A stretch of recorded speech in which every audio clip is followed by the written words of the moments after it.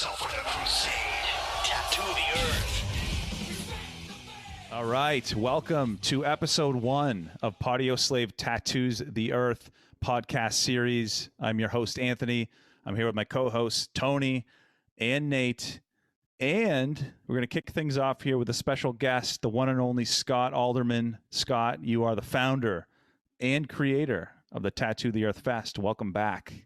It is true. It's great to be back, guys. It's so great that we've put this podcast together. I had this idea once we got the show together in August, and I'd done the podcast with you guys, and I thought you guys were perfect for it. So the idea was just sort of a limited series, different episodes, couple episodes, the beginnings of it, the idea, what it was like on the tour, and then interviews and stuff with bands in 2022 and just tie it all together. Hell yeah. And we've got a couple things that surprises for you up our sleeves, in the coming weeks. And this episode is chock full of people. So really excited to tell the story of, the original Tattoo the Earth in 2000 and then back now, coming in August 2022.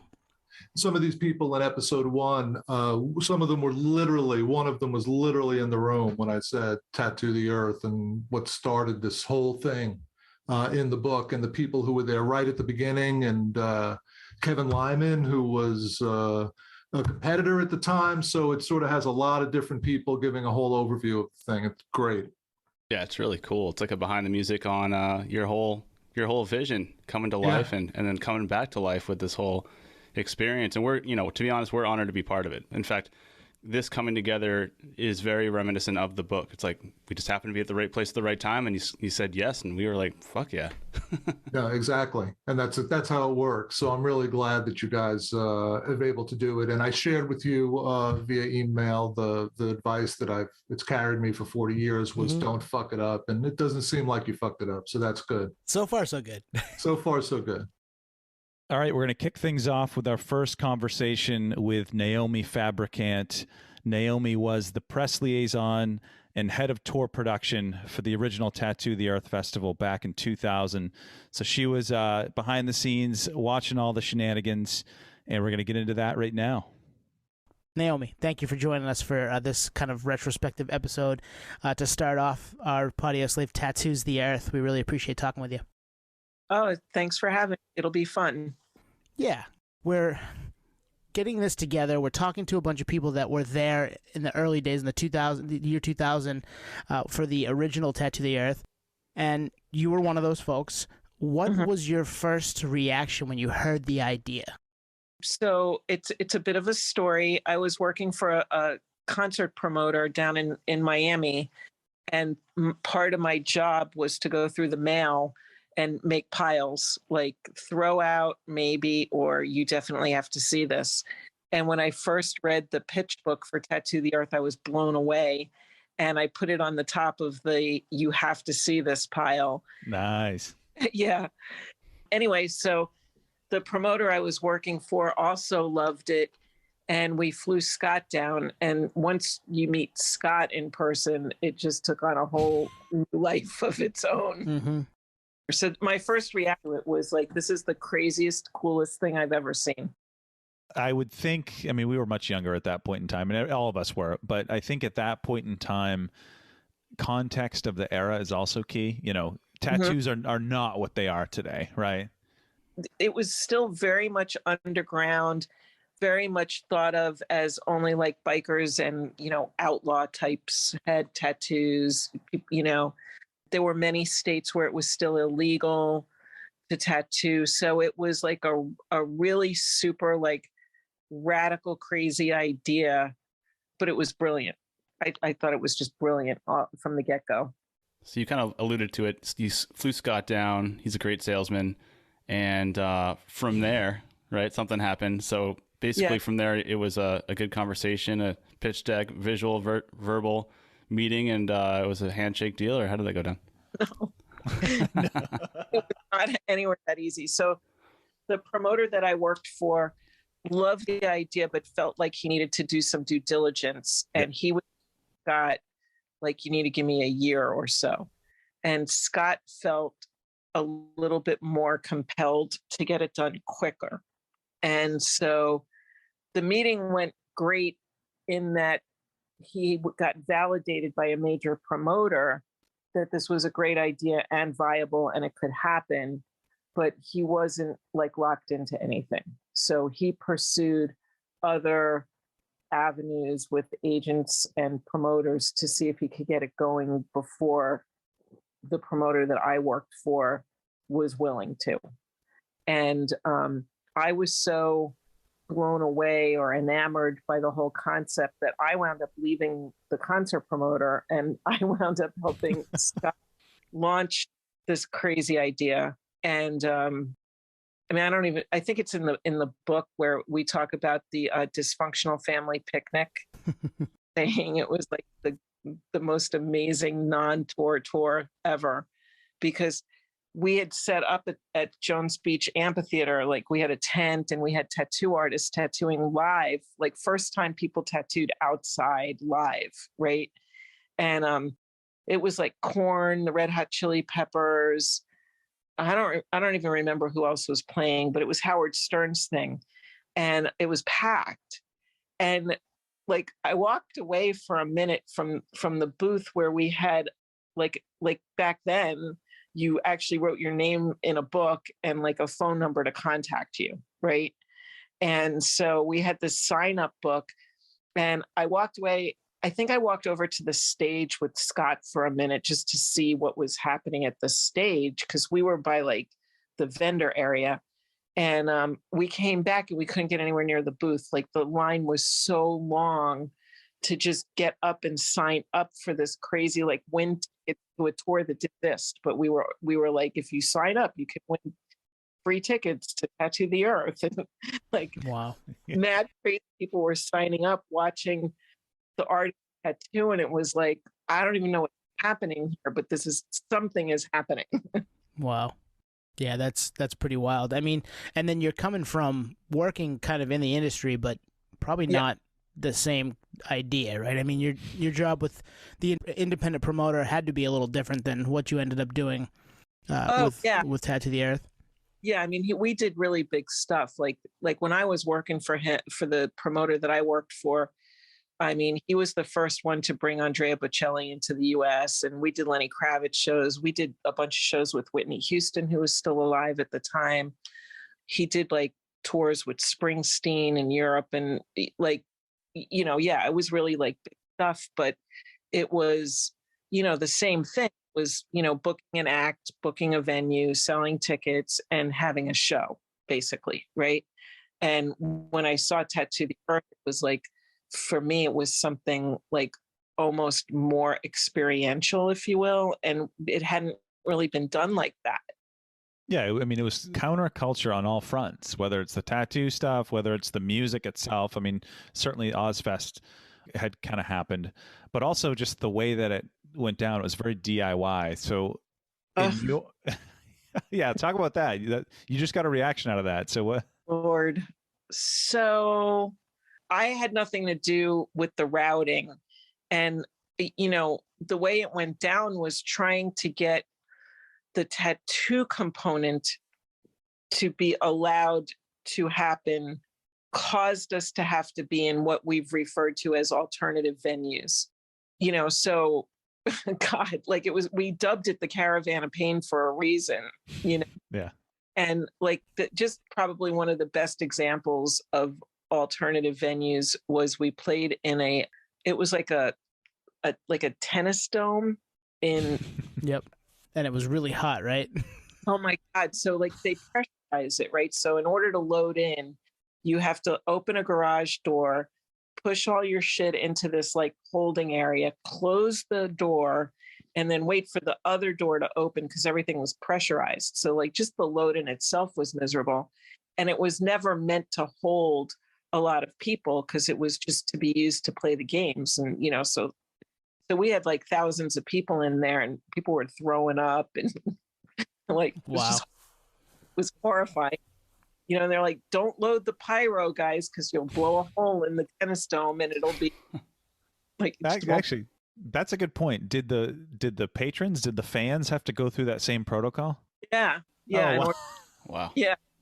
So just like such a crazy thing. And like we got in all kinds of issues with the police and our artists. Like when Philip Blue, they claimed that he didn't have a proper visa. So once I heard the police were coming for Philip and Titine, I had to like rocket in to get him. And it's like, I'm waiting. And it's like, I got to wait for the door and depressurize, wait for the next door and run over to Philip and be like, grab your shit, let's go.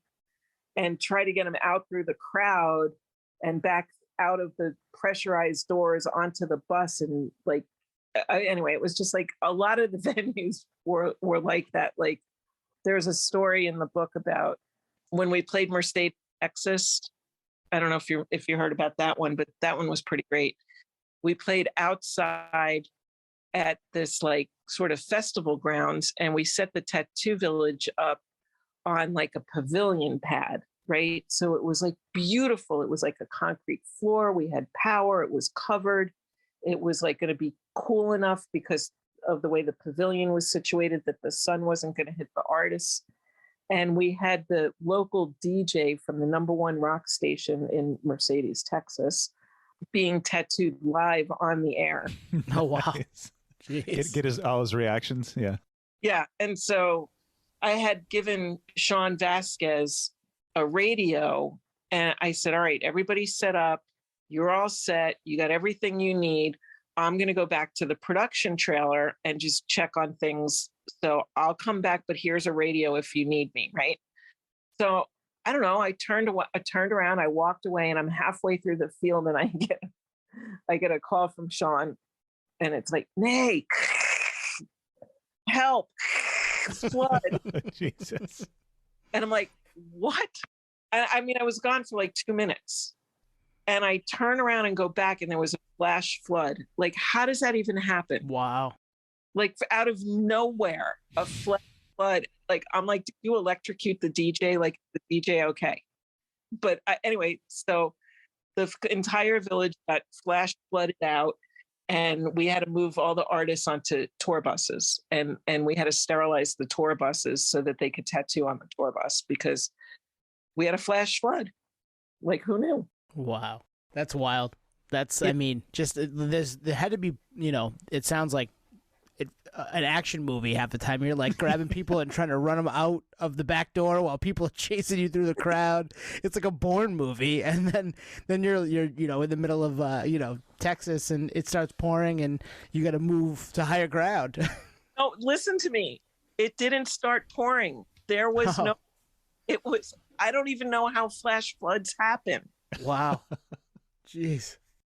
It just, and we were at the very tip of Texas, like, where the very, very bottom point of Texas, that's Mercedes, Texas. So I guess maybe they have flash floods. I've never experienced one until then. That's crazy. And then in Arizona at the Native Speedway, sitting on the tour bus, looking out the window, I think Seven Dust was on stage, and I'm looking out the window, and I don't even remember who was on the bus with me at the time. And I'm like, what is that? I'm like, I don't know. And we got off the tour bus, and it looked like a tornado. Oh, but no. it was, I forgot what they call them. It's a dust. It was a sandstorm. And I'm watching this like red cloud of dust that looks like a tornado coming right at us.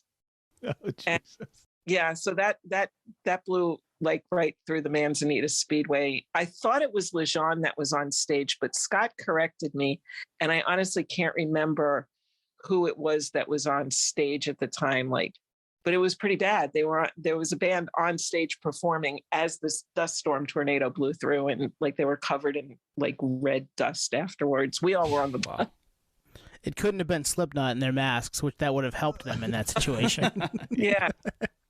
I wasn't Slayer either. I really thought it was Seven Dust, and I thought it was Lejeune that got it bad. But Scott told me it wasn't him, and I honestly don't remember who it was that was on stage. I don't think it was Mudvayne.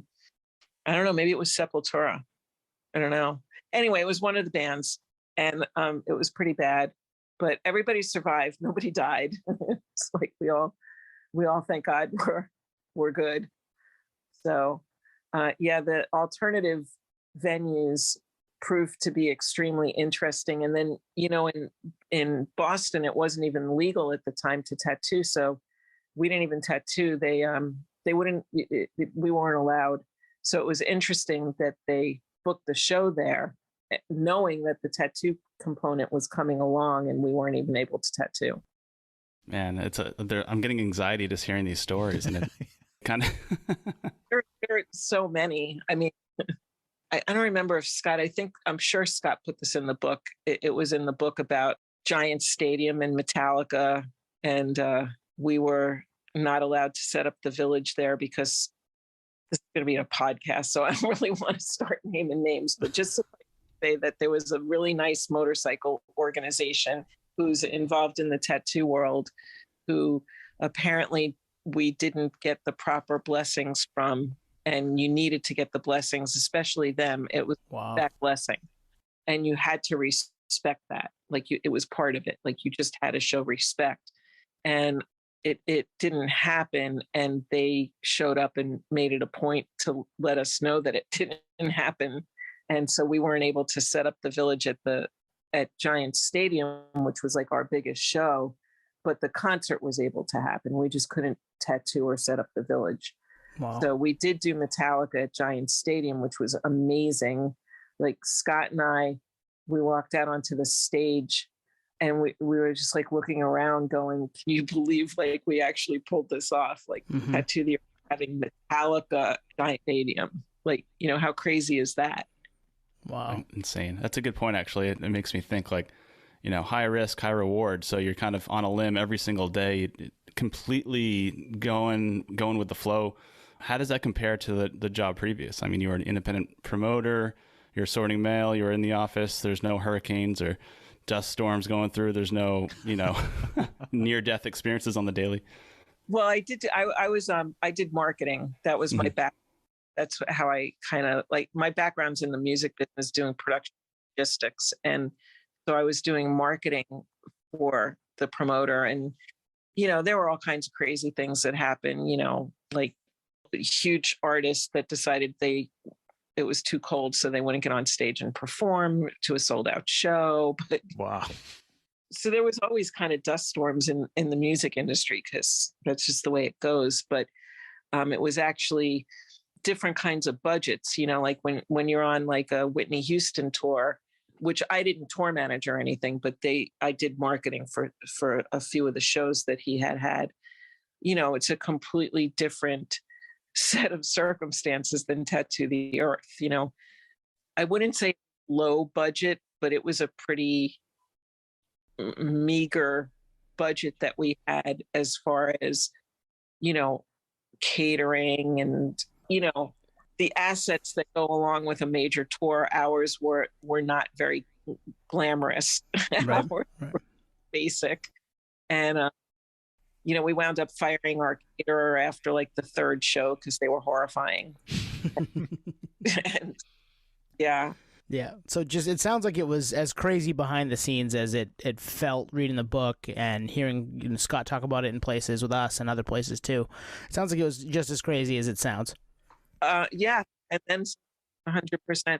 I mean, it was crazy and probably one of the coolest things ever, because it was such a, I mean, the word that comes to my mind is monumental experience, because it was the first time that tattooing was brought really to the forefront as it being something that could be potentially mainstream, even though like our acts were metal.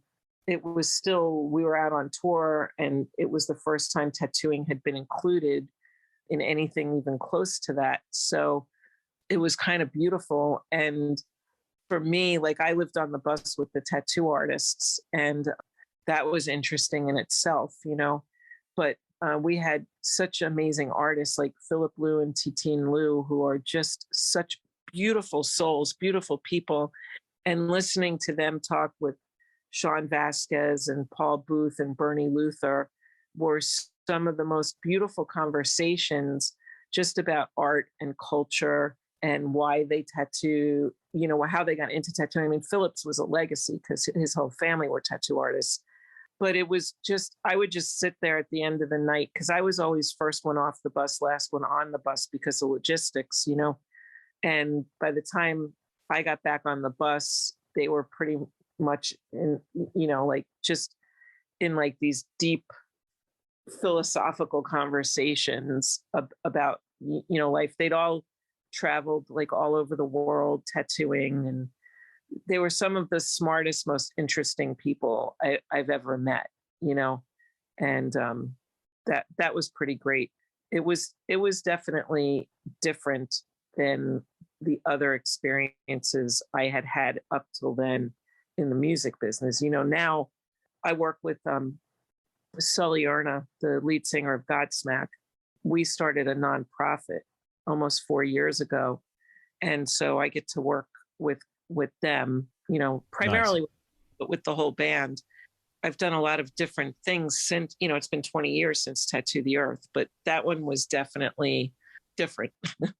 Yeah, I mean, we didn't get to go. We were just at license age, and Nate chronicles a story when we had Scott on our podcast about basically trying to steal a car to go. Like, we wanted to go that bad to the Suffolk Downs date in Boston. But I think, yeah, I think it, like everything we've chatted about Scott and everything, you know, from friends and hearing from you, it felt very much like a large scale DIY basement show. So in your perspective, between the flash floods, the sandstorms, did you ever think like, shit, we're not going to get through this tour? Like, this, was there ever that moment? I'm pausing to think about how to answer this because there was a moment. I mean, you know, New Jersey, when the motorcycle people showed up, was a little scary for a moment, and then we were in Milwaukee, and the venue, there wasn't room inside for all the tattoo artists, and we were trying to set them up outside because we had made tents, these individual air-conditioned tents for the artists to tattoo in. And the venue in Milwaukee where we were supposed to set up, the ground was all these like rocks, you know, and there was no way it was going to work. And so I'm outside trying to like look at the logistics of it and try to figure it out. And all the tattoo artists came outside and they surrounded me. Oh, no. And they're like, we're fucking pissed. We're not going to fucking take this. We're not you know.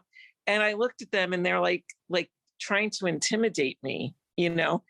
And I'm like, y'all are not going to hurt me. I already know you're not going to hurt me. So rather than like talk shit to me, why don't we figure out an alternative? Like, what do you want to do? Yeah. So they were like all diffused, like they didn't know what to say. I didn't egg on a fight. I was just like, all right, calm down, people. Like, we'll get to the bottom. And so what they said they wanted to do was they wanted to draw. And I'm like, well, that's fucking cool. Let's do that. And on that show, although it was like sketchy, it was definitely absolutely quintessential DIY. We birthed one of the most beautiful art forms called the Art Fusion Experiment that night in Milwaukee. And I don't know if you know what that is, but what it was I got like these round catering tables and I leaned them against the wall and I got big clips and I got giant pieces of paper and a bunch of charcoal. And Paul Booth, Sean Vasquez, Philip Blue, and Bernie Luther each stood in front of an easel, and they each started a piece of art with the charcoal. And then every 20 minutes they had to rotate into the next piece. That's and awesome. That's cool. It was called the Art Fusion Experiment. It was some of the most beautiful artwork ever. And I'll never forget Paul Booth, who, I don't know if you know who he is, but all the stuff he does is very dark and like skulls and nothing pretty, right? And Vasquez does a lot of like Japanese stuff. So he did a flower. Vasquez did a flower and Booth had to rotate into Vasquez's flower. And he looks at Sean and he goes, oh, sure, fucking Vasquez does a flower. What the fuck am I supposed to do with this? And we're like, well, that's what this is all about, you know? Yeah. And it was such a great thing to just see them all kind of get out of their comfort zone a little bit and create this art form. And art fusion became like a whole movement. Like people started doing art fusions on like surfboards, and just all over tattoo conventions started doing art fusions. And we birthed that on Tattoo the Earth, which was totally DIY and turned into something amazing. All right, next we got Kevin Lyman. You might know him from the Warped Tour, another founder of a very iconic festival. Kevin was great. Talked to us about the, back end of putting on a huge festival. Obviously, he has a lot of experience in that regard. Stories about Scott and just a bunch of crazy insight on what it takes, and maybe some surprises in there too. So check this out. Kevin, thank you for joining us for this, and we're really excited to kind of get your thoughts about the Tattoo the Earth experiment, because you were kind of in the same space at that time. I mean, absolutely. I think it was very cool. Scott asked me I learned some things when he asked me to write or comment on his book or take a read of it and write something that I didn't know that I was one of the people that tried to shut him down at the beginning.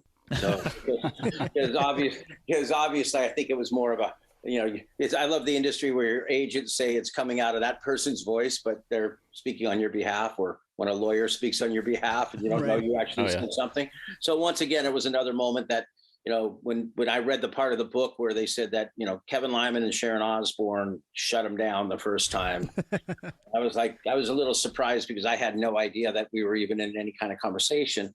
But I think, there's no reason there couldn't be something like this built again. I don't know if it turns in, I know they're talking about wanting to do a touring type situation.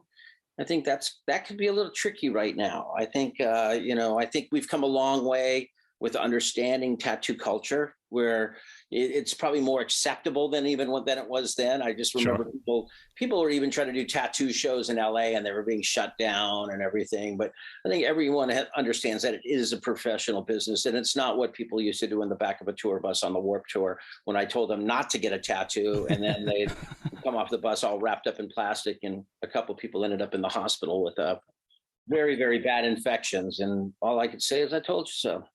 Yeah, it's come a long way, right? 2022, much different than 1997. And I think with learning more about Scott and the situation he was in, honestly, I don't think he was probably in a personal position the first time around to be a successful festival producer, if that makes sense. He was challenged by some of his own demons at that point, who he's very, very honest about. And going forward, and I mean, I read that and was like, wow, that's a tough position to be in, because you're putting your whole life out on the line when you start these things.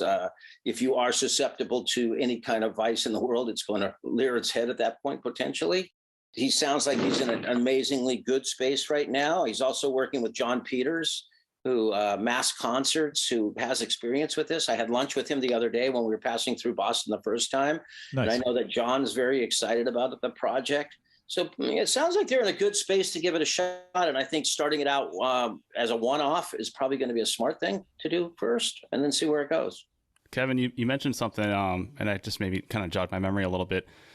Scott launching this crazy experiment with Tattoo the Earth. You did something similar, obviously, with the Warped Tour.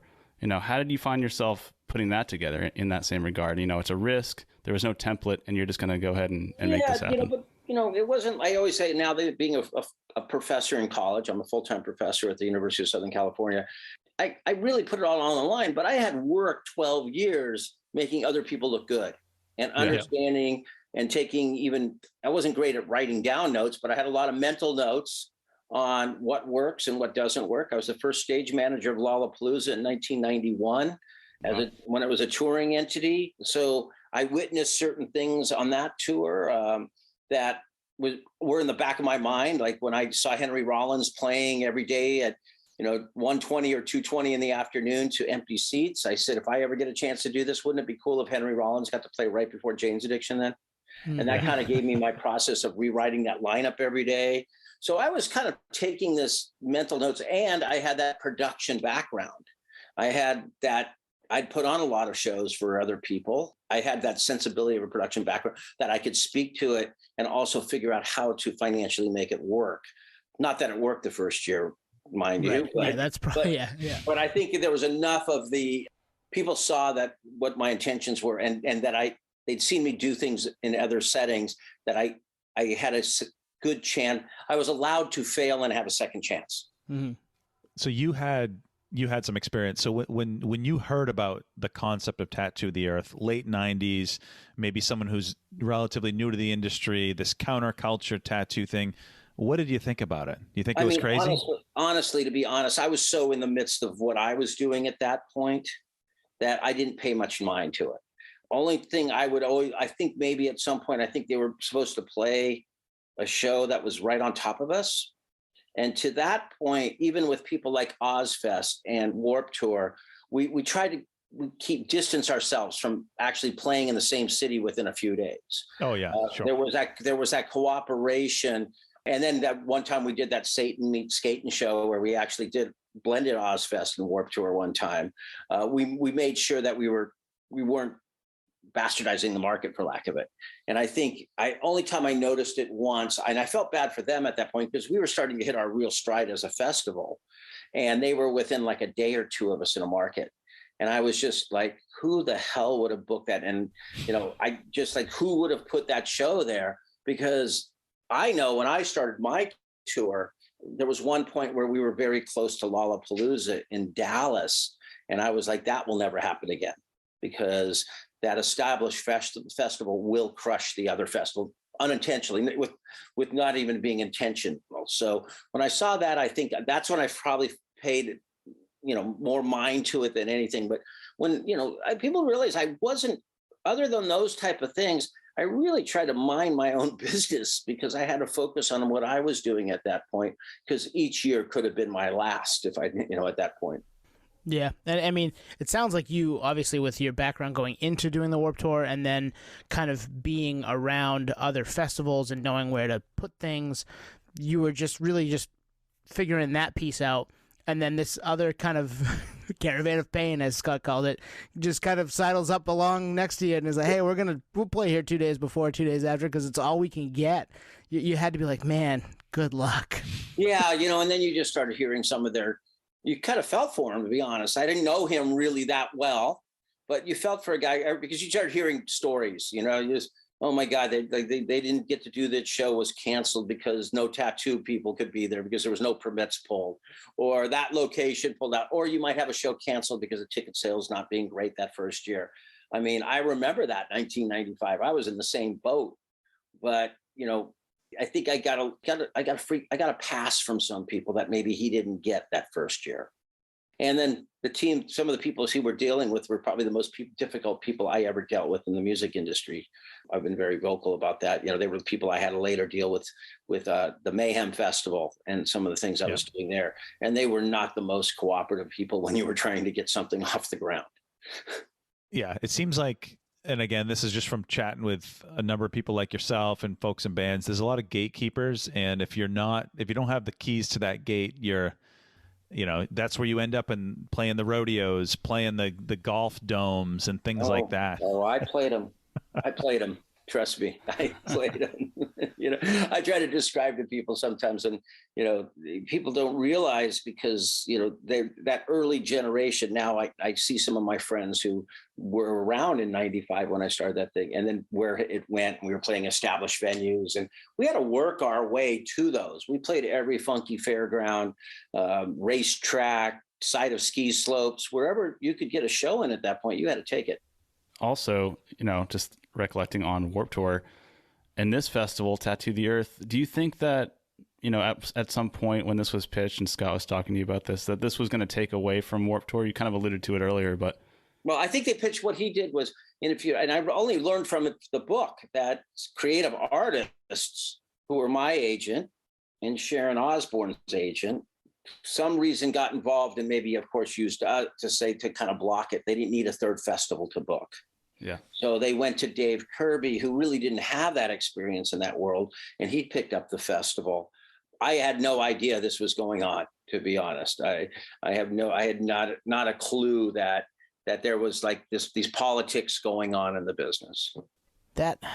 And they're there too, right? I mean, they're in every industry. It's not just they're still there. They're there. They never go away. But I could probably tell you, and I don't want to, I'll probably tell, I'm sure Sharon Osbourne, if she got wind of it at that point, she was very vocal about everything at that point. Right. She yelled at me a few times, and if I actually cared too much, it was intimidating, Yeah. Oh man, no, and like I said, the politics are everywhere, and they they permeate most of the things that we do in this life, let alone just the music industry. And I can see you being the pop punk world being a little different than the tattoo world, but also having some intersecting points. Like you said, having people doing tattoos, in vans in 1997, 1998, whatever, before it became a little easier to do today. It's got to be something that you were like, would you do? Was it something you ever thought you could incorporate, or was it? No, never. Okay. No. Yeah. And here was the thing, because we would do things like punk. Wait, what would we have? Mohawks or mullets? And we would have things like you could get a mohawk or a mullet at Warped Tour. Yeah. Because tattoos to me should be, are a piece that's there with you forever. Yeah. It should not be impulsive. And how many people have gotten bad tattoos after too many nights in a bar? Or I've seen people having a fun night in New Orleans and they walk out with the Saints fleur-de-lis. I just that we had a younger audience. We had a pretty young audience, and I was kind of like, wait, you know what? If you get emotionally caught up here, get a mullet or a mohawk. Your parents will just it's not something you may have to live with and go through a phase. And that phase to me was when I worked in the punk rock clubs of LA, to be honest. When I was starting out, I have no tattoos, but I remember every night at Fender's Ballroom, half the crew had to run half of their pay. We were getting like $75 to $100 a night back then. And it was cash. And they'd have to run across the street in Long Beach and pay the tattoo guy half their money that day. Wow. That's and then, awesome. there's a lot of people from my era that are running around with, Black Flag bars, the Addicts logo, circle jerks. That I didn't want them to come around with the worst, with the Warped Tour arrow going home with it, know? Yeah. And I did in where were we, in Atlantic City when we ended the tour in 2019. There was a lot of tattoo shots in Atlantic City. And I had quite a few people walk up to me and show me their new Warped Tour arrow tattoo. Wow. And I'm like, you're going to be like, 20 years from now. So I want, I think people need to think through their tattoos and what they really wanted. So I think we would have had a lot of impulsive people getting tattoos. And I saw it with the crew because we toured with Anthony Silverelli, who's a well-known tattoo artist from New York. He was on the first Warped Tour in 1995 with Civ. And he was, I think, probably the first person doing tattoos in the back of a tour bus. Wow. And then, Oliver Peck followed the Warped Tour around in a trailer. He was tattooing a lot of people.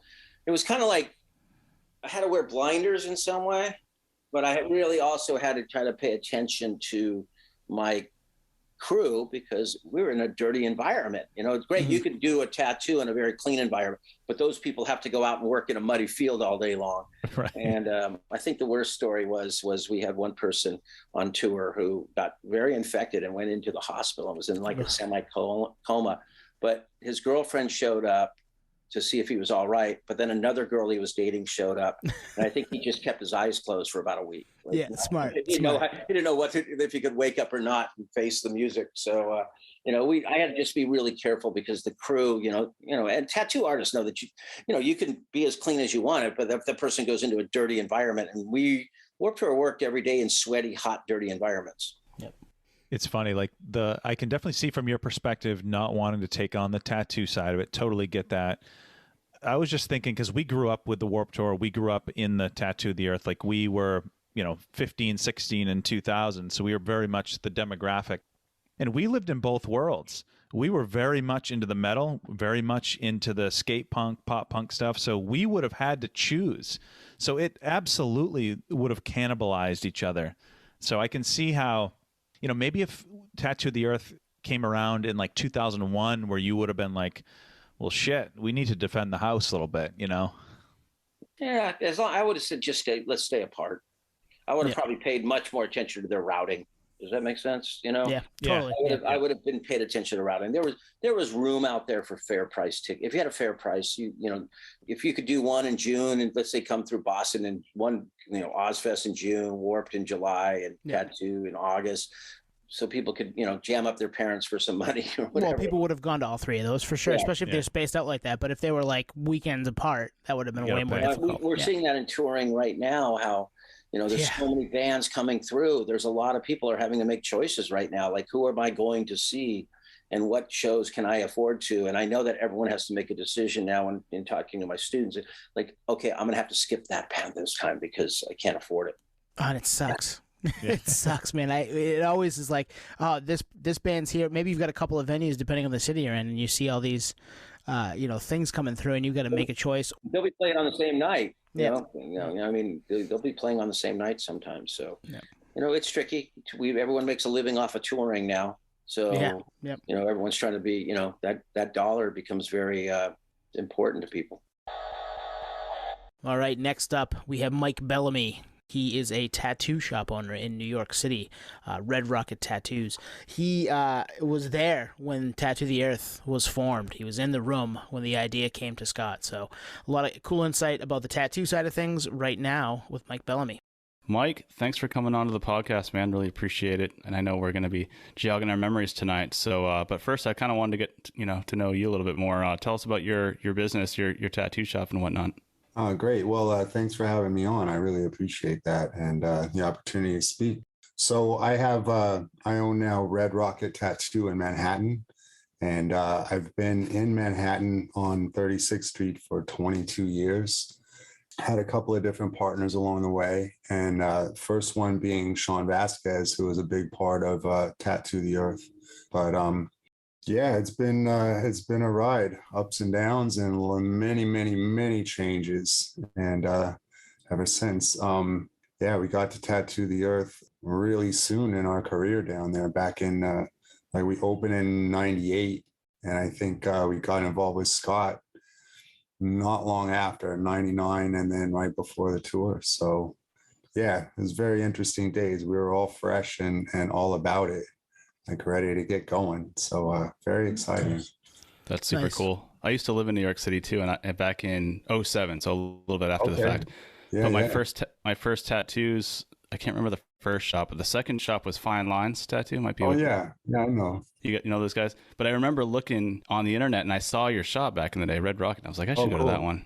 It would have been wild, Nate, if you had said, "Yeah, I got my first tattoo in New York at your shop." That would have been a little, a little magic there. It's not out of the realm of possibilities. Like stuff like that happens all the time. It's so funny.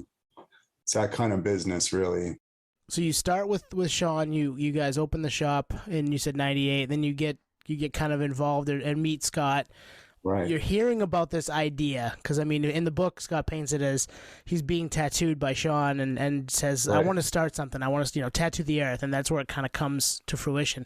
What are your first thoughts hearing about this idea? I mean, I was in the room when Scott was talking about all that stuff in the beginning. Sean was tattooing him. And I have read Scott's book just out of curiosity. But for sure, he was a guy from the neighborhood that came across the street and was getting tattooed by Sean. And back then, it was pretty Wild West. It was newly legal in New York, so not a lot of people checking up on regulations. And I mean, we definitely were drinking and smoking and having good times back then. And Scott was happy to be a part of it, and Sean was definitely with that. Ideas flowed. I mean, they came and went, and we were all open, like really open to new things. That was part of the tattoo world, really. Back then, it wasn't like it is today, where it's, legal business. It's like corporate things. Everybody's got sponsorships, and back then it was the travelers and the gypsies and the creatives that were really just throwing their stuff around and really seeing what stuck. And in New York, it was underground and illegal for about 40 years or so. And it just opened up for about 2 years, maybe. I think it opened in '97, legalized again. And we had our shop a year later. So, everything was fresh. And along comes Scott, and it's like, well, fuck it, man. Like, let's do something cool. Mm-hmm. This sounds so weird and funny and like crazy. Like, let's do it. And Sean's not with us anymore, but Sean was very just raw and open and, just a really forward human being. So, he had that let's go do it and let's go try it out attitude. And that caught on. And Scott was a part of it. He had the same. And those two really hit it off. They clicked and pushed for it. That's really cool. And I'm trying to recollect, like when I got tattoos, like it's a long process. Anyone knows that's gotten art, ink done knows that you're hanging out with, people like yourself for a good amount of time. So you really get to know each other, which is great. It's like part of it, Exactly like that. It's someone that you do sit for a long time with. And it's very intimate because you're giving pain, receiving pain. There's a lot of trust in there and you want to distract yourself. So goofy talk comes out, esoteric, like everything. It's just, talk everything from God to politics to music and fashion and that jerk off down the block, like all of it. No, it's really cool. I think my wife can relate when she gets her hair done. She's getting her hair done. She talks to this lady for like 3 hours, so it's similar in that regard. And the longer you're there, the more that grows. That. And say you have a continuing tattoo, your whole arm, your back, or more. Now you're seeing someone over the course of years. And that becomes a really big thing and sort of family for a while anyway. So very, very interesting way of living. So you hear this idea kind of come to fruition, in the shop, you're hanging out, having a good time. Like you said, you set the scene really well for that.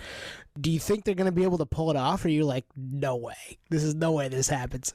It was pretty pie in the sky.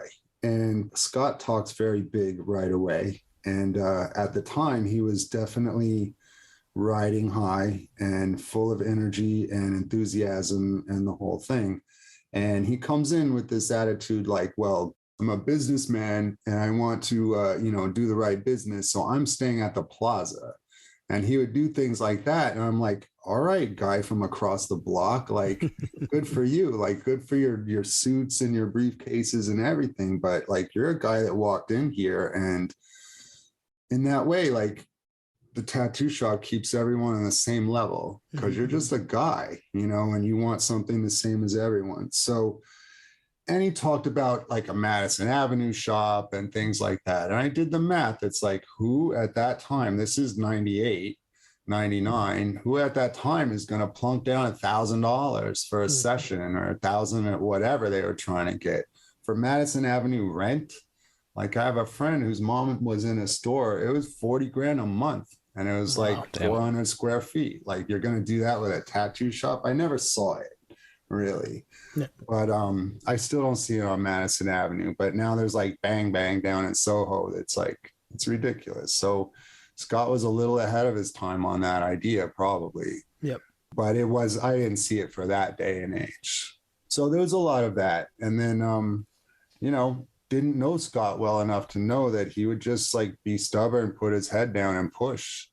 And he sure did.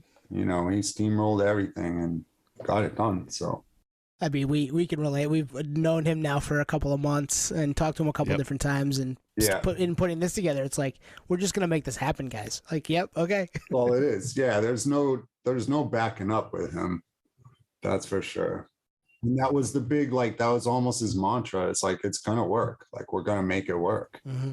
Well, speaking of making it work, you mentioned Plaza. And then for anyone listening, Plaza, you're talking about the Plaza Hotel in Manhattan. Hotel, when it was a 5-star hotel. Yeah. I remember as a kid, it was like the hotel in Home Alone, right? In New York City. Yeah, I remember being like, oh, that's such a badass hotel. And totally. And even earlier, there was a character named Eloise that was in a book that lived there with her aunt or something. So very famous place down from Central Park. Yeah, I've been there. I've had breakfast there just to say that I did it back in the day. I used to go to the bathroom there because you could just walk in and do it. Nice. New York, you got to find a place. There's not always a place. So you find your spots. And the Plaza was a good one. Oh, I mean, it's clean. It's sterile, climate controlled. Basically the opposite of what you were doing on the road with this, right? 100%. You're going on the road with a tattoo festival where it's complete polar opposite of that kind of environment, which is supposed to be conducive to tattooing in the first place. So I mean, how did that come about? The environments, yeah, that was pretty interesting. Rule number one on the bus, I was on it for like 3 of the shows. Don't shit on the bus. Yep. Because you can't flush it. It's like a septic tank and they have to dump it. And so you would pull into like a whatever donut house in the morning and there would be a line to the thing because, man, that bathroom was ugly. Unfortunately, that was one of the things that didn't really come off in the tour was the tattoo end and preparations for actually tattooing. Like, holy shit, like you went to Chicago and nobody had a license. They wouldn't allow it. They did. I know. And after reading the book, I know there was like scheduling issues and whatever for the tour, but they ended up in cities that one, you couldn't tattoo. So what are you doing with this? Like the whole title is Tattoo the Earth. Right. Mm-hmm. So I'm coming as a tattoo artist and I saw it sort of taken over by the music bit. And like my interest was the tattoo part and the festival part. So when it really came to be, I was pretty critical of it, quick to point out like, holy shit, like you're trying to tattoo in a dirt area or a parking lot or like really unsanitary conditions. And I know they did their best and they got tents and they were really as good as they could be and cautious, like they wouldn't tattoo if it wasn't right conditions. So, they did the right things there.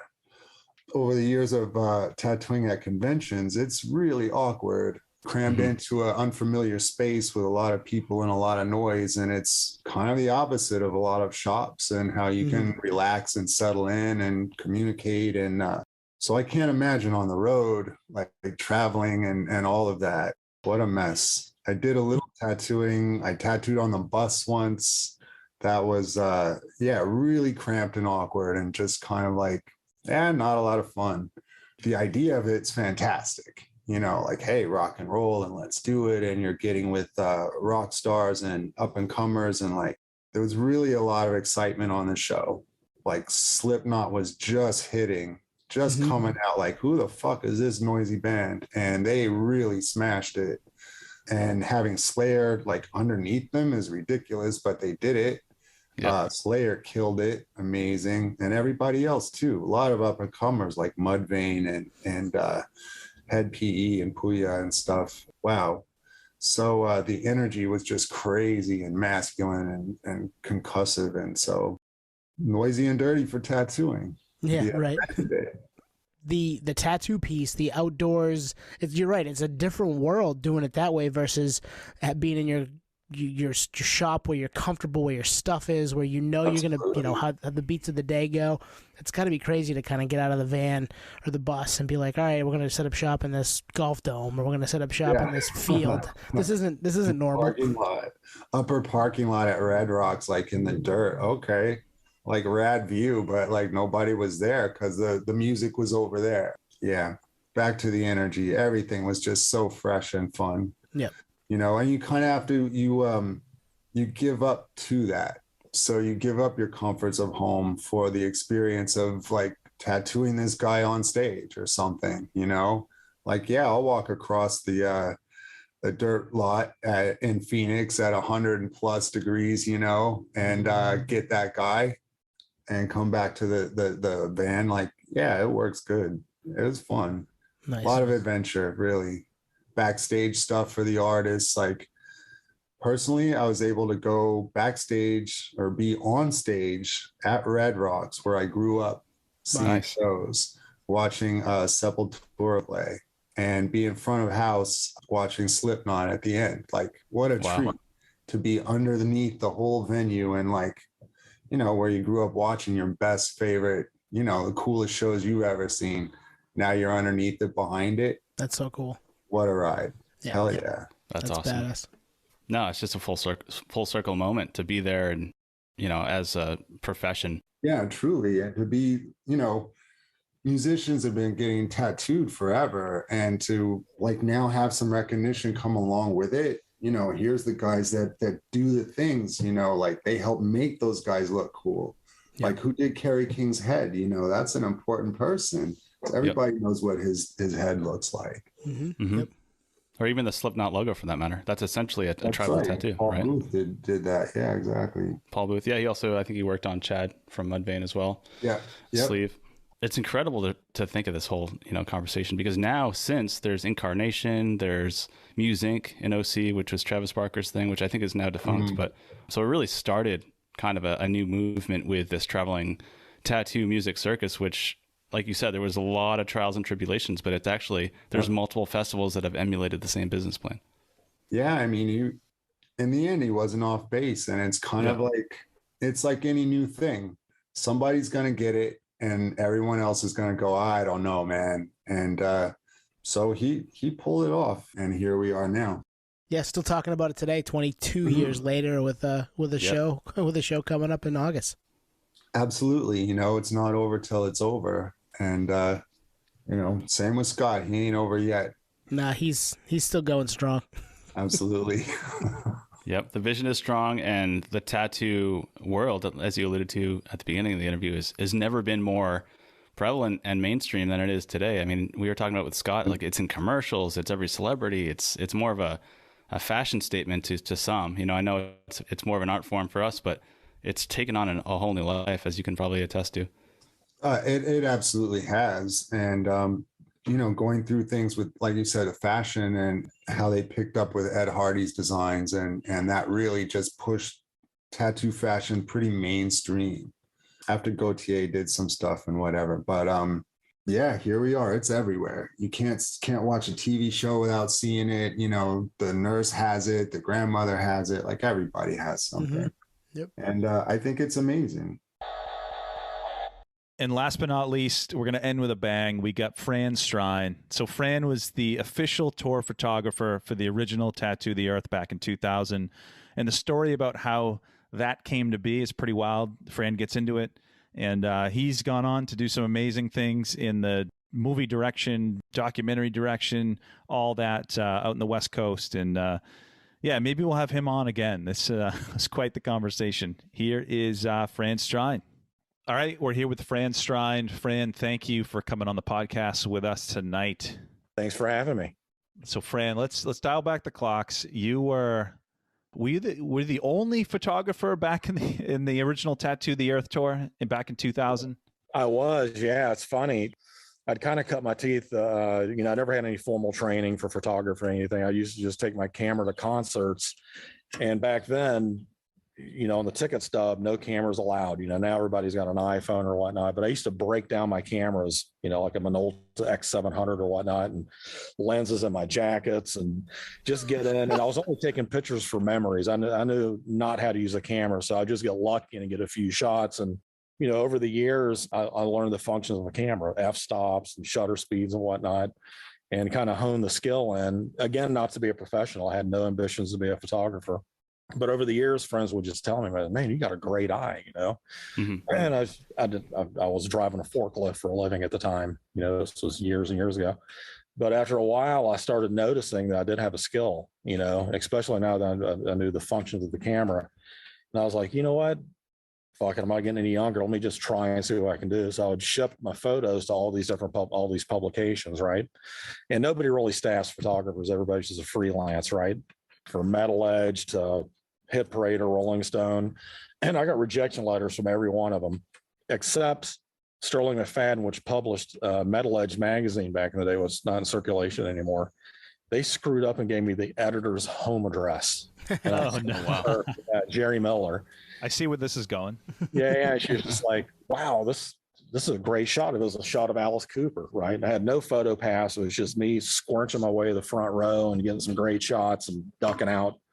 And she wound up buying one of those images. And then she got on a phone call with him and asked me where I lived. And at the time, I lived in Atlanta. And that gave me a great advantage because all the photographers are vying for spots in Los Angeles and New York. And there's only a few spots to jockey for. Atlanta, not so much. It's open game. So she would hire me to go and shoot all these great shows, and after a while I had a great portfolio, but that led me to meeting Scott Alderman, the creator of Tattoo the Earth. I was desperate to get on a music tour. I'd never done one before. And through the band Seven Dust, who were dear friends of mine from Atlanta, through their agent, got me Scott's email address. That's all I had. And it was just a cold email to Scott Alderman saying, hey, man, Wow. I've always wanted to be on a tour. I'll do it for free. I don't care. Just get me out there and I'll give you everything, you know? And to my surprise, he emailed me back a few days later. He's like, do you have a portfolio? So of course I dialed up the best pictures that I had, sent it to him. And he hit me back up. He's like, if you can get your way to Portland, you've got yourself a bunk on the bus. I'm not going to pay you a dime and you're on your own. Wow. So I had no money back then. You know, I was just making minimum wage driving forklifts or whatnot. So I took a Greyhound bus from Atlanta, Georgia to Portland, Oregon. It took me 5.5 days to get there. When I got there, my legs were swollen like a pregnant woman. They looked like eggplants, just swollen and purple. It was a mess. And it was, I remember it was Stone Temple Pilots were the special guest, and it was at a horse track thing, you know. So I get there, I'm in shock. I'm like frazzled from this bus ride. I haven't slept in days, haven't eaten, and the gig's over, you know. And he's like, well, yeah, you may want to take. I was like, where do I take a shower? You know, I literally showered in a horse stall, dodging horse shit. Like, showered myself off, put on my clothes, found my place on you know, now they have Prevost, but they're just nice buses. But, you know, they had a shitty Eagle that was like diesel fuel was coming in and made everybody sick every day. And I think the next show was in Lawrence, Kansas, and Red Bull is one of the sponsors. And I'd never had a Red Bull in my life. I was so dehydrated and just wiped out. I probably drank 7 or 8 of them. Oh, man. It was just clipping the whole way there, man. Yeah. So that's how I got on this tour. Then, you know, it's been an awesome ride ever since. So you heard about the tour, obviously, and when you heard about it, there's nothing really like it at this time. What was your gut reaction? Like, obviously you were intrigued to get to be part of it, but you think of the tattoo piece of it, and there's got to be some thoughts about, I can get some cool shots that way too, not just musically. But yeah, what was your gut reaction when you heard about it? Yeah, you know, it was really cool, man, because Scott introduced me to everybody, right? Paul Booth and Philip Liu and Sean Vasquez, who became a dear friend of mine. He's recently passed. But they gave me carte blanche, man. They're like, all access, anything you want, unprecedented, like, just have at it, you know. Nice. So that was really neat. And Paul Booth was a little scary because he's so satanic and evil, but deep down he's really a sweet, sweet dude. And anytime I go to New York, man, he'd invite me to a shop, which is like walking to like the little shop of horrors, man. There's fucking skulls and baby parts, and like literally and formaldehyde. It's just the craziest thing ever. But, you know, it was really unique, man. I'd never seen, and it was a shit show, man. If anybody reads Scott's book, Caravan of Pain, you'll see quickly that it was exactly that, just chaos, man. There was dust storms and nothing was sterile, and I wouldn't have got a tattoo, I can tell you that, but a lot of people did. And then where we couldn't do it, they would do these art exhibitions with chalk and paper and do these incredible, you know, drawings, you know. But it was definitely a different thing that I've ever been a part of. You know, I've never toured before, but I've been to a billion shows thanks to the Metal Edge and Rolling Stone and all these people, but never on a tour, man. It was, and then after that, touring with proper tours, it was really, really a shit show. Yeah. It's incredible that they did the whole thing. Like, I just can't wrap my mind around how they got it off the ground and kept it alive. You know, it could have been easily shut down, you know. And I got fucked up, man, really bad. You know, I had to go to the ambulance twice. Oh, wow. Yeah, wow. It was just insane. Yeah, there's a place called the Eagles Ballroom in Milwaukee.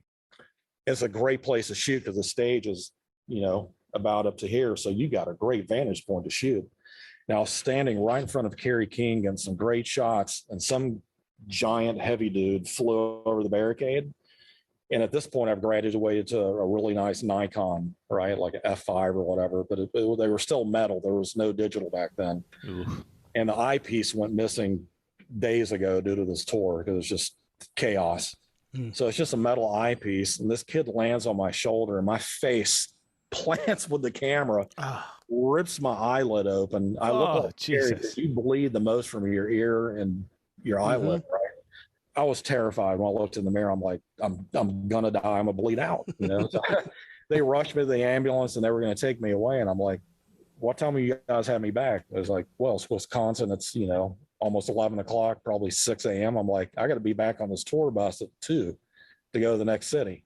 So literally they just did a butterfly stitch, cleaned me up. They're like, the next city, have them remove this and put, so I literally just every city had a new butterfly stitch. Oh, wow. And that's how I healed myself. There were no paramedics to really take care of me or anything. Yeah.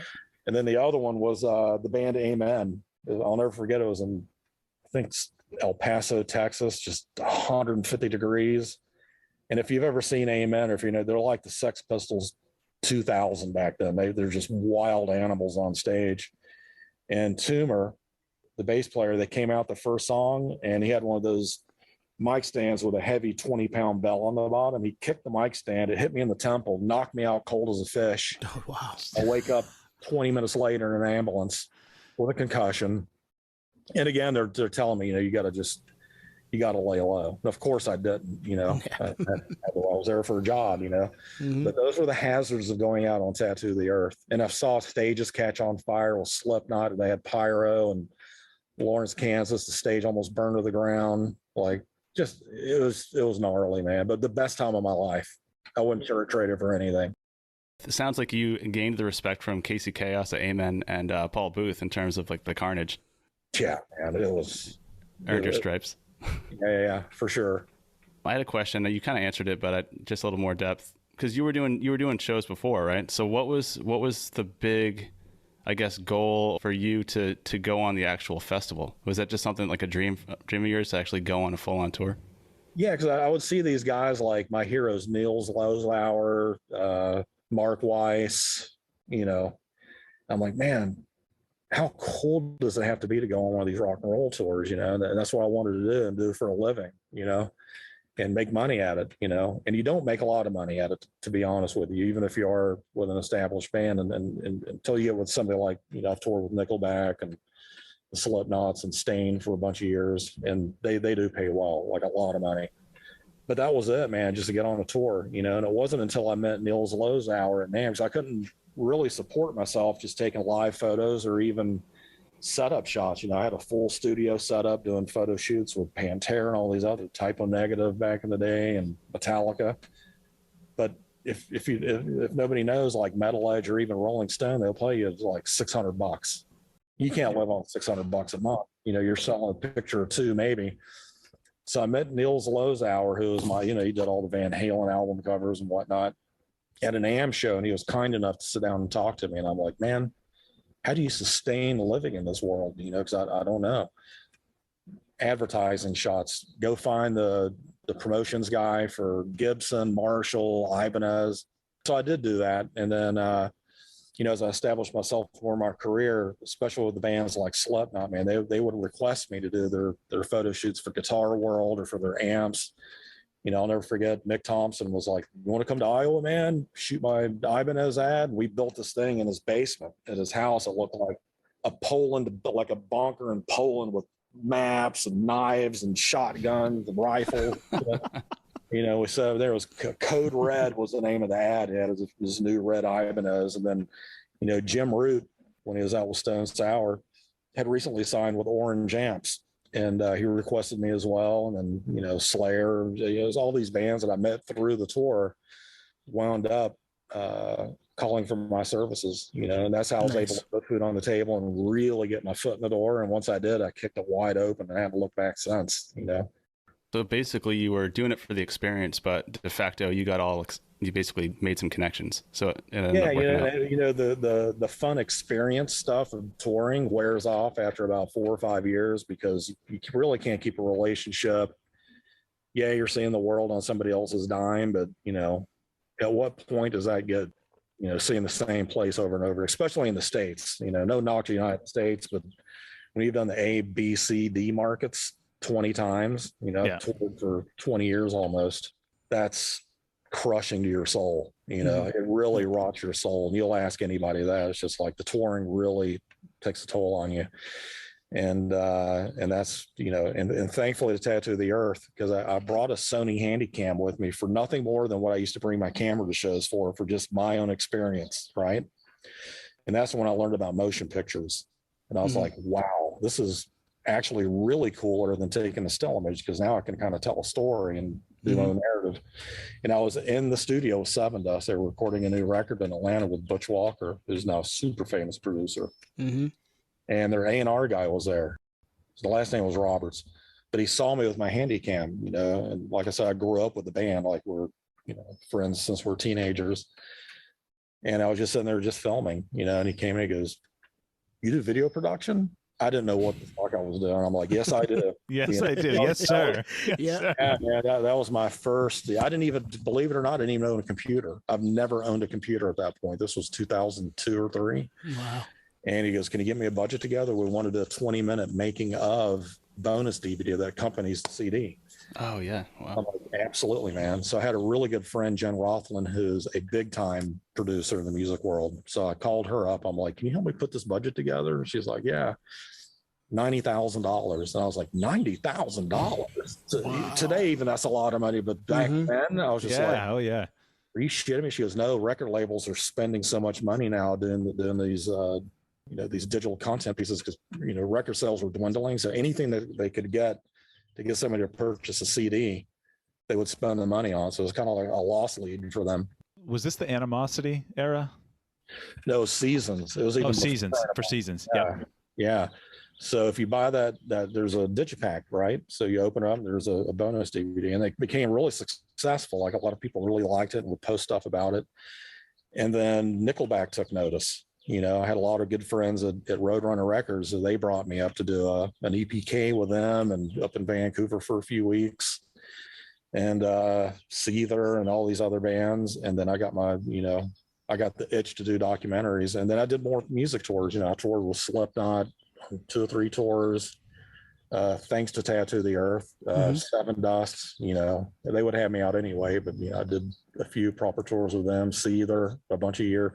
Well, Stained was my biggest employer. I worked for those guys for 8 years total, and did two making of, you know, documentaries in the studio with them, from the writing inception to the recording, mixing, touring, the whole deal. So it was that was fun, except for Aaron Lewis and I butted heads, you know, because politically we're on the opposite ends of the spectrum. You know, he's so far to the right. If he goes anymore, he's Alex Jones, and kind of like Bernie Sanders, I guess.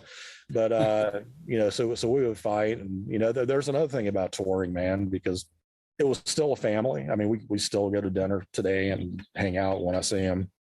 So I'm curious, you grind it out in the Atlanta scene, you know, trying to get out on the road. You finally get out on the road.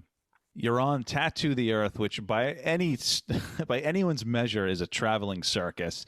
Yeah. You got, you know, this loud music, you got sandstorms, you're getting kicked in the face, you're getting all this. So you finish the tour. What was it about it that you're like, I want to get back out there? Because I heard from all the other bands what a shit show that was, and that's not how a proper tour works. And then I went out with like a real tour. It was so night and day, man. It really was. It was luxurious. We had condo bunks, which means, you know, instead of 15 or 12 bunks in a bus, there's only like 6.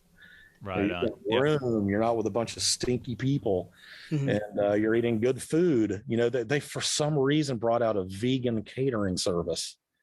It was the worst. There was nowhere to eat, and everything was outside in a tent with flies shitting everywhere and like bugs, and it was terrible. And then when you graduate to working with like a Nickelback or a Dolly, they have, you know, a chef cooking with a menu, like, what would you like today? Chicken, fish, you know. So that keeps you going. And then the pay, you know, like I said, I wasn't getting paid for Tattoo the Earth, you know. I gave my soul for that thing. But it would not have led me here. So I really do credit that tour for, you know, and some very special people along the way to put me where I'm at today. Nice. You know, the touring part, it was fun, man. There's chicks. All you got to do is have a laminate. You got chicks dripping off of you. Doesn't matter if you know, one eye in the middle of your head. If you got a laminate, you're in, man. It's the craziest thing in the world. And you had blood dripping from your head, and you just need a laminate. Scars, sunburn, food poisoning, you name it, man. That's so good. So I'm curious, as tattooing, going back to Tattoo the Earth again. Yeah. you wake up in the morning. What is a typical? You get to the venue, whatever. What's a typical day look like for you at that point? Like you get up. Like what are you doing to prep for that day to take pictures or do whatever you're gonna do? Yeah, so I was usually one of the first people up because I was so excited because it was my first time. So I'd go load up the camera, just go start shooting whatever it was, even exteriors of the tour bus, just for whatever, just so we had it, to them setting stuff up. And as the day progressed, it started early, like 11, 12 o'clock, the first band's on. So I'm out there shooting, man. I'm on the stage, side stage, in front of the crowd, in the crowd, just trying to jockey for the best shots I could get, and then with my video camera out, I'm, hoping the bands are going to yell at me, and I was super intimidated by Kerry King at first for some reason, I'll never well, I can see why. I mean, he's a brooding looking dude, man. And what was funny, and I didn't know this, man, but his wife was a dear friend of mine. They used to come to Atlanta to visit another friend. So we knew each other for a while, and I had no idea they were married. So I think we were at the New York show and she was there at Giant Stadium. And I'm like, Aisha? She's like, what are you doing here? I'm like, I'm on the tour. She goes, oh my God, I'm married to Kerry King, right? I'm like, I had no idea. Wow, man.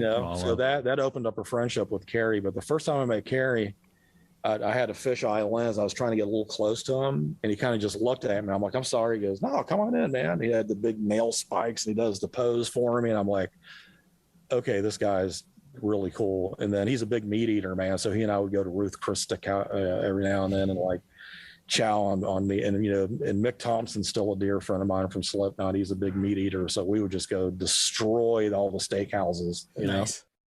So talking about, recollecting on Tattoo the Earth, between the photos, inventory, shoeboxes of photos you have probably a ton of video footage. Going through that stuff, is there any like one moment that comes to mind that's like, man, that was a special time? I mean, you've made so many friends from the store as well, right? So yeah, when I remember we were, Scott just posted a picture of this too, of a band called Amen, right? We're in Cleveland, Ohio.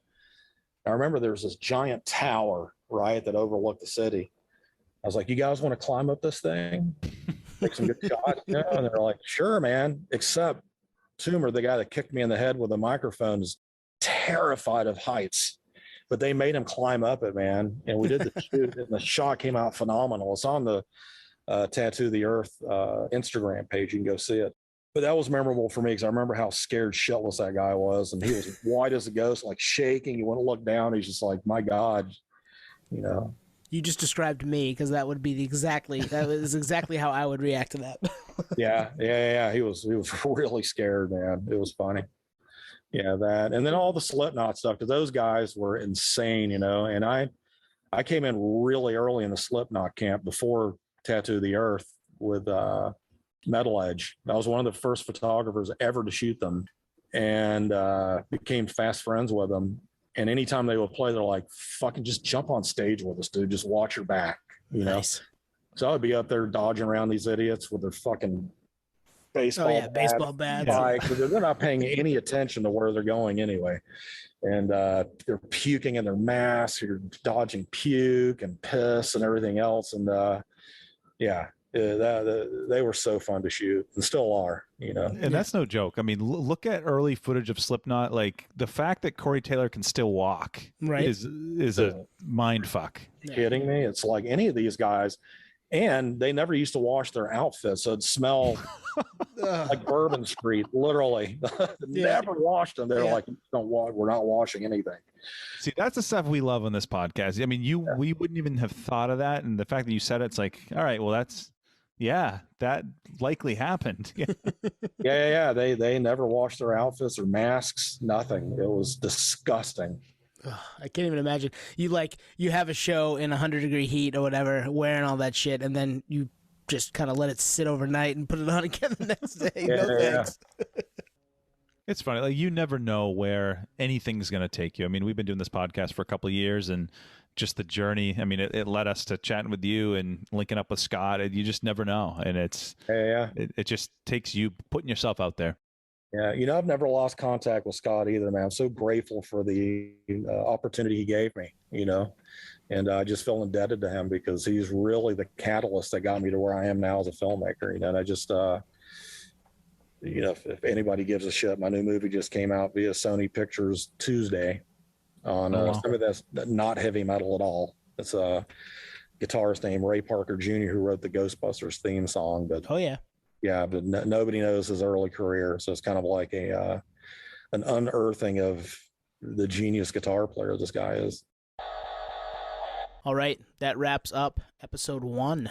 That gave us a great behind-the-scenes look at some of the things that went on at Tattoo the Earth back in 2000, with insight from Naomi about being on tour, and hearing from Mike, who was in the room when the idea was conceived, Kevin Lyman, who was in the space at the time, and Fran, who was making his way as a photographer and now has obviously gone on to do other things too. So really exciting to talk to those folks. Next week, we have Derek Green of Sepultura and Myron from Workhorse Movement, who were on the 2000 tour. So we've got a couple of artists that played the Tattoo the Earth stage in the year 2000. So stay tuned for that, and we will be back next week with Podioslave Tattoos the Earth. Thank you for listening to Podioslave. We are at Podioslave on Twitter, Instagram, TikTok, all of the places that you can find us on social media. Facebook, Podioslave Podcast. YouTube, Podioslave Podcast there. Email us at podioslavepodcast@gmail.com. And hey, if you want to become a supporter, click on the link at the bottom of the episode and give us $1, give us $5. It keeps the lights on, keeps us going. We really appreciate that stuff. Thank you. I got to tell you about me delivering all the photos to Scott real quick. Oh yeah, give us that. Yep.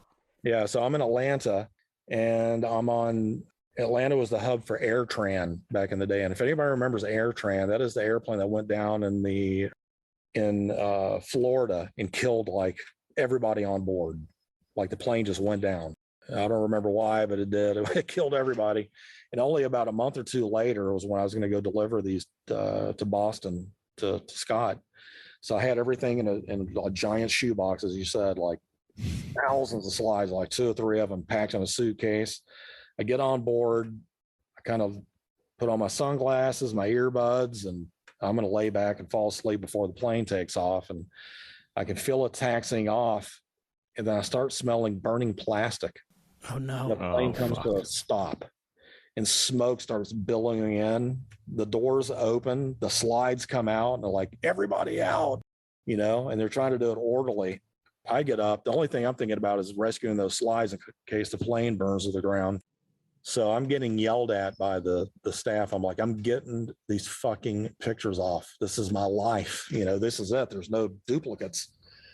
So I grab them, slide them down, call Scott, and he's like, well, you want to just get on the next flight? I'm like, dude, I almost died. If this thing would have taken off, we would have all died, period. Like, no, I'm not getting on a flight today. I was so shook up, man. I didn't get on a plane for about a week. So I was like, I'll see you next week or whenever I can get up there. But yeah, he almost didn't get his slides, man, from that whole tour, because it was a scary moment. Wow. Yeah. They had no backup. That's, again, context is key. A different era, completely different era. And now all my movies, man, they're on like, I don't know, double 38 terabyte drives because everything's shot in 6K now, so the redundancy and how cheap this stuff is now. I remember when I was doing the Seven Dust bonus DVD, I mean, there were like 256 gigabyte drives that were like this wide and this tall, which is nothing. Nothing.